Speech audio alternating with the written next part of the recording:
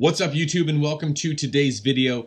In this video, I'm going to share with you 5 things that you can do to get more sales through eBay, Poshmark, and Mercari in 2020. I'm super excited about sharing these 5 things. These are not the only things that can get you sales in 2020. However, they will definitely move the needle for you. You may need a little bit of experience, and hey, don't worry about if you're not selling on Mercari or Poshmark or eBay, one of those you're not selling on, don't worry about it at all. These translate to the others, and so I'm happy to share with you 5 things that I've found to move the needle for my benefit.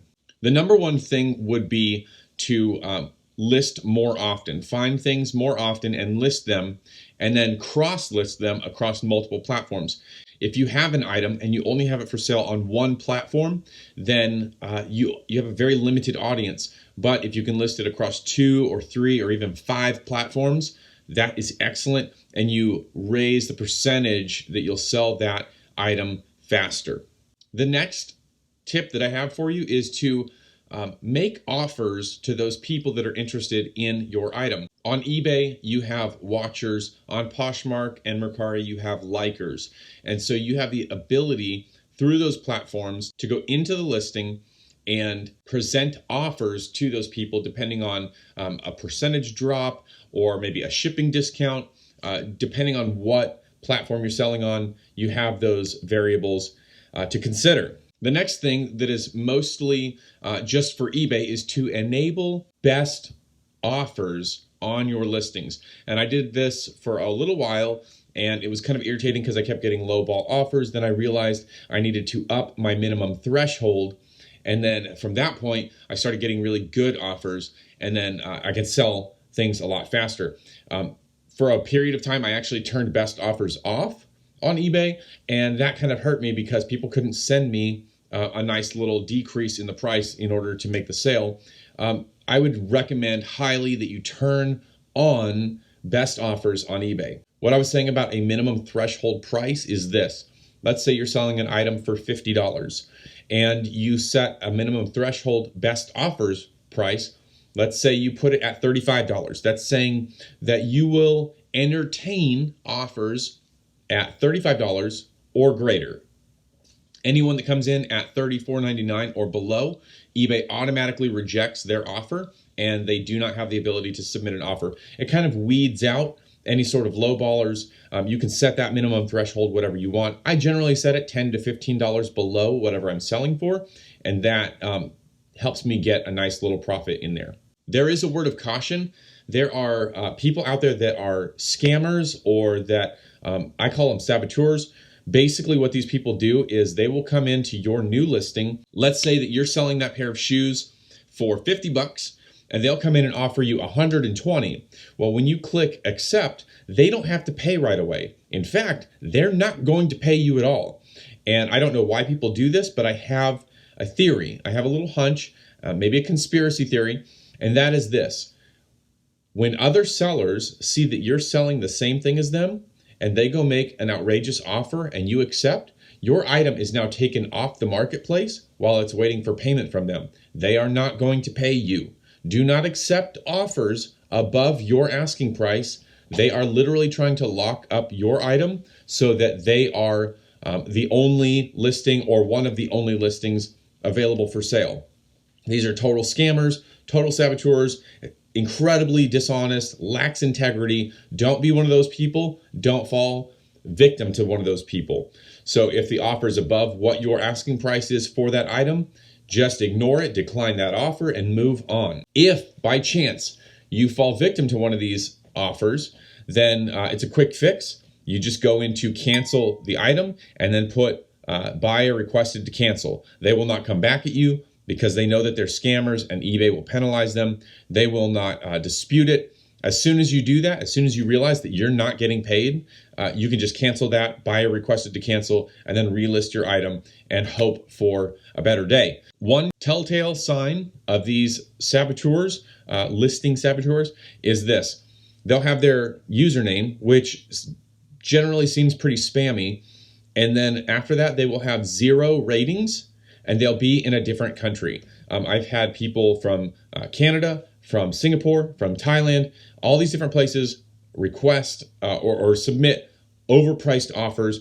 And in my early eBay days, I fell victim to some of those, and I waited 30 days for these people to send money, and they never did.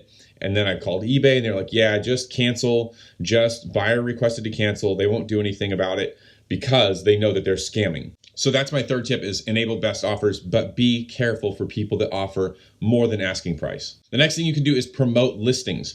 On eBay, you have the ability to promote listings through each listing itself. So you can offer, or you can put in eBay to promote the listing for 5% of whatever the listing price is, or whatever the sale price is. So if you're going to sell that item for $50 and eBay is going to get a 5% commission essentially for promoting your listing, they will take $2.50 on top of their normal fees after the item sells. Here's the tip with this.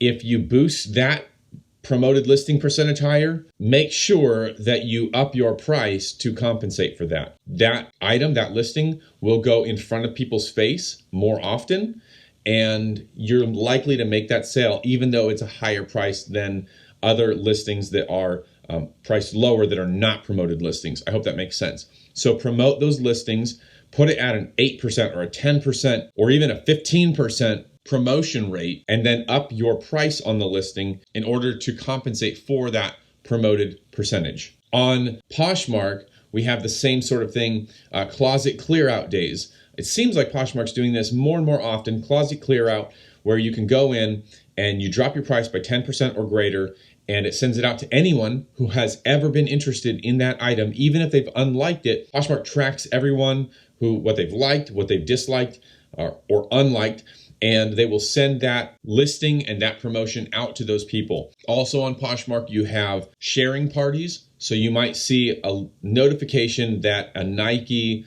and Adidas and Under Armour, etc., sportswear and athletic shoes party has started. Well, if you edit your listing, if you press edit and then just next and list, it will share it to that party, and you've promoted your item kind of back to the top of the page, so to speak. That is time intensive, but it is definitely worth doing. Another thing you can do is run a sale. So this is on eBay. You can run a sale saying 15% off my entire store. This would be a 15% off your item, but then remember you have promotion fees that you're going to be paying, and also just the general selling fees. So make sure that your price of the item compensates for all of the sales, promotions, and regular fees. Back to Mercari, they do sort of the same thing where you can kind of run a sale or promote your item. It's actually called promote. Within the listing, you can press promote, and it will tell you, it'll actually give you the price that you are going to reprice at, which I think is 10% or 12% below whatever the lowest price was that you've had that item at. So if you had the item at 30 and then you put it down to 20 and then you moved it back up to 30, well, if you press promote, it's going to go 10 or 12% off of the lowest price, which was the 20 that you once had it at. So if that's too low for you, delete that listing, relist it, and then put it up to that higher price, and then run your promotions. So those are the 5 things that I have for you today to help make you more sales in 2020. But hey, I have a bonus for you, and this is not so much to make more sales. However, it is to make your life a little bit easier and maybe put some stuff on autopilot, so to speak. And that is, when you're sourcing, try to source replenishable items. Those are things that are at the store. You may know where to get them. They're not easy to find, but once you find them, you can kind of rinse and repeat. So let's say you buy, you go to the outlets and you go to the Tory Burch store and you get 10 pocketbooks. And so you get these 10 pocketbooks and you sell them on eBay, and they sell through. You can go back and get 10 more, and you know that they're there and that they generally have them all the time. So that way you have a listing and it has 10 items for sale, and as they sell through, you can just go back in because it's replenishable, and you can simply update the listing and just press 10 and save, and now you've got 10 more in your store. It beats the whole process of having to make new listings every day. You're just replenishing. Remember the 10-10-10 rule. If you can find 10 items that are replenishable, and you can sell 10 of each one per day, so 10 items, sell them 10 times a day and make a $10 profit off each one, you will make $1,000 a day. Easily said, not as easily done, but search out 10 replenishable items. If that was your main goal for the year as a reseller, is to find 10 items that you can sell 10 of each per day at $10 profit, you will make $1,000 a day. If you fall short of that goal by 50%, you would still be making $500 a day. I hope this video has been helpful to you guys. I hope you got some value from it and that you put these tips to practice and that you start making more sales in 2020. If you enjoyed this video, please consider giving a like. And then if you're not subscribed already, I sure would appreciate if you subscribed and turned on that notification bell so that you are notified when I upload tomorrow. Thank you guys. I appreciate your time and I'll see you on the next video. Win, win, win.